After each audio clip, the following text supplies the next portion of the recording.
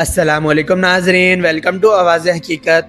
आज हम defence world की एक ऐसी डेवलपमेंट पर बात करने जा रहे हैं जिसका जिक्र कुछ अरसे से इंटरनेशनल डिफेंस वेबसाइट्स और एनालिस्ट कर रहे हैं।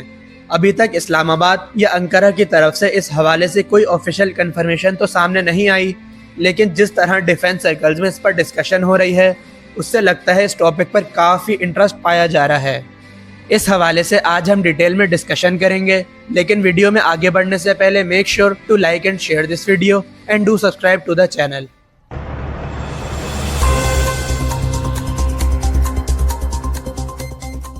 नाजरीन, ये बात पाकिस्तान के मिसाइल प्रोग्राम में एक नए टाइप के पावरफुल वॉरहेड के मुमकिन इजाफे से रिलेटेड है। बात हो रही है तुर्की के डेवलप किए गए एक हैवी वॉरहेड की जिसे गजब का नाम दिया गया है। अगर फ्यूचर में ये टेक्नोलॉजी पाकिस्तान के मिसाइल सिस्टम के साथ इंटीग्रेट होती है तो ये कन्वेंशनल स्ट्राइक कैपेबिलिटी को काफ़ी स्ट्रॉन्ग बना सकती है और न्यूक्लियर वेपन्स यूज़ किए बगैर भी एनिमी के इंपॉर्टेंट मिलिट्री टारगेट्स को सीवियर डैमेज पहुंचा सकती है। सबसे पहले ये समझना ज़रूरी है कि गजब वॉरहेड असल में है क्या और ये आम बॉम्ब से किस तरह डिफरेंट है। तुर्की के डिफेंस रिसर्च सेंटर्स ने स्पेशली उन टारगेट्स के लिए डिज़ाइन किया है जहाँ नॉर्मल बॉम्ब्स अपना पूरा इफेक्ट नहीं दिखा पाते, जैसे बंकर्स, अंडरग्राउंड मिलिट्री फैसिलिटीज और हेवीली प्रोटेक्टेड बेसिस जहां स्ट्रॉन्ग स्ट्रक्चर्स और रीइंफोर्स्ड शेल्टर्स होते हैं। इस वॉरहेड का वजन तकरीबन 970 किलोग्राम बताया जाता है। ये सिर्फ एक सिंपल एक्सप्लोजिव नहीं बल्कि इसमें दो टेक्नोलॉजीज का कॉम्बिनेशन यूज होता है, थर्मोबैरिक और फ्रेगमेंटेशन। इन दोनों का कॉम्बिनेशन ब्लास्ट को बहुत ज़्यादा पावरफुल बना देता है और एक बहुत बड़े एरिया में स्ट्रॉन्ग डिस्ट्रक्टिव इफेक्ट पैदा करता है। थर्मोबैरिक टेक्नोलॉजी का कॉन्सेप्ट ये है कि एक्सप्लोजन के वक्त वेपन सिर्फ अपने अंदर के एक्सप्लोजिव पर डिपेंड नहीं करता बल्कि आसपास की ऑक्सीजन को भी फ्यूल की तरह यूज करता है। इस प्रोसेस से एक बहुत बड़ा फायरबॉल और स्ट्रॉन्ग प्रेशर वेव्स पैदा होती हैं जो नॉर्मल एक्सप्लोजिव के मुकाबले में ज़्यादा डिस्ट्रक्टिव होती हैं। इसी वजह से थर्मोबैरिक वेपन्स, बंकर्स और अंडरग्राउंड टारगेट्स के खिलाफ ज़्यादा इफेक्टिव समझे जाते हैं। प्रेशर वेव अंदर तक घुसकर वहां मौजूद इक्विपमेंट्स और स्ट्रक्चर्स को हैवी डैमेज पहुंचा सकती हैं। इसीलिए इस टाइप के वेपन्स को दुनिया के powerful non nuclear battlefield weapons में शुमार किया जाता है। इसके साथ साथ फ्रेगमेंटेशन सिस्टम भी यूज होता है। ब्लास्ट के बाद वॉरहेड हजारों छोटे मेटल फ्रेगमेंट्स में टूट जाता है जो हाई स्पीड से हर डायरेक्शन में फैलते हैं और एक बहुत बड़े एरिया को डेंजरस जोन में बदल देते हैं। एस्टिमेट्स के मुताबिक इस तरह के ब्लास्ट से 10,000 से भी ज़्यादा मेटल फ्रेगमेंट्स पैदा होते हैं। ये fragments aircraft, radar systems, vehicles और ग्राउंड इक्विपमेंट्स को काफ़ी ज़्यादा डैमेज कर सकते हैं।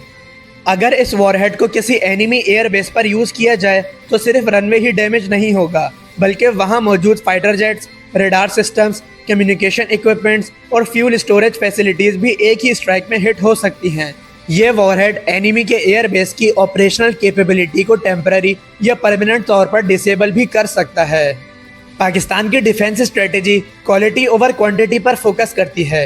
रीजन में कुछ कंट्रीज के पास कन्वेंशनल वेपन्स की तादाद ज़्यादा है, इसीलिए पाकिस्तान अक्सर ऐसी टेक्नोलॉजीज पर फोकस करता है जो कम रिसोर्सेज के बावजूद इफेक्टिव डेटरेंस क्रिएट कर सकें और एनिमी को जंग से पहले ही 100 बार सोचने पर मजबूर कर दें।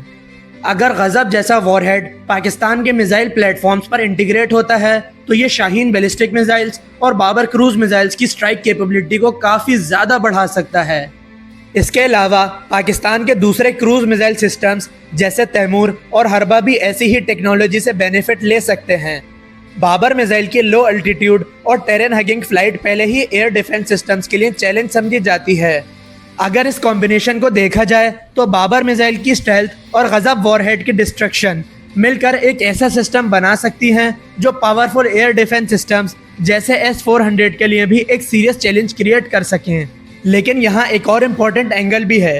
पाकिस्तान की डिफेंस हिस्ट्री ये बताती है कि इस्लामाबाद अक्सर सेंसिटिव वेपन्स के लिए सिर्फ इम्पोर्ट पर डिपेंड नहीं करता बल्कि लोकल डेवलपमेंट पर भी फोकस करता है। इसलिए यह भी मुमकिन है कि तुर्की के साथ कोऑपरेशन का मकसद सिर्फ परचेज नहीं बल्कि मटेरियल साइंस और डिज़ाइन नॉलेज हासिल करना भी हो। टेक्निकल पॉइंट ऑफ व्यू से देखा जाए तो इतना हैवी वॉरहेड किसी बैलिस्टिक मिसाइल पर इंटीग्रेट करना कोई आसान काम नहीं है। जब बैलिस्टिक मिसाइल स्पेस से वापस एटमॉस्फेयर में एंटर करता है तो इसकी स्पीड मार्क 10 से मार्क 15 तक जाती है और इस वक्त बहुत ज़्यादा हीट भी पैदा होती है। इसलिए वॉरहेड को प्रोटेक्ट करने के लिए एडवांस थर्मल शील्डिंग की ज़रूरत होती है ताकि अंदर मौजूद एक्सप्लोजिव्स और केमिकल्स एक्सट्रीम टेम्परेचर से महफूज रह सकें और मिसाइल अपने टारगेट पर एक्यूरेटली हिट कर सके।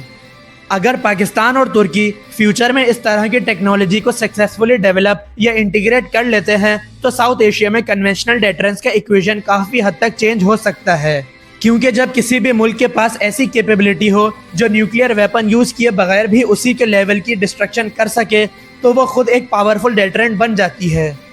आपका क्या ख्याल है, क्या पाकिस्तान को इस तरह की टेक्नोलॉजी लोकली डेवलप करनी चाहिए या तुर्की के साथ डायरेक्ट कोऑपरेशन ज़्यादा बेहतर रहेगा? अपनी राय कमेंट्स में ज़रूर शेयर करें और अगर वीडियो पसंद आई हो तो वीडियो को लाइक और शेयर लाजमी करें। साथ ही साथ चैनल को सब्सक्राइब करना ना भूलें। आपसे मुलाकात होगी नेक्स्ट वीडियो में, तब तक के लिए अल्लाह हाफिज़। पाकिस्तान जिंदाबाद।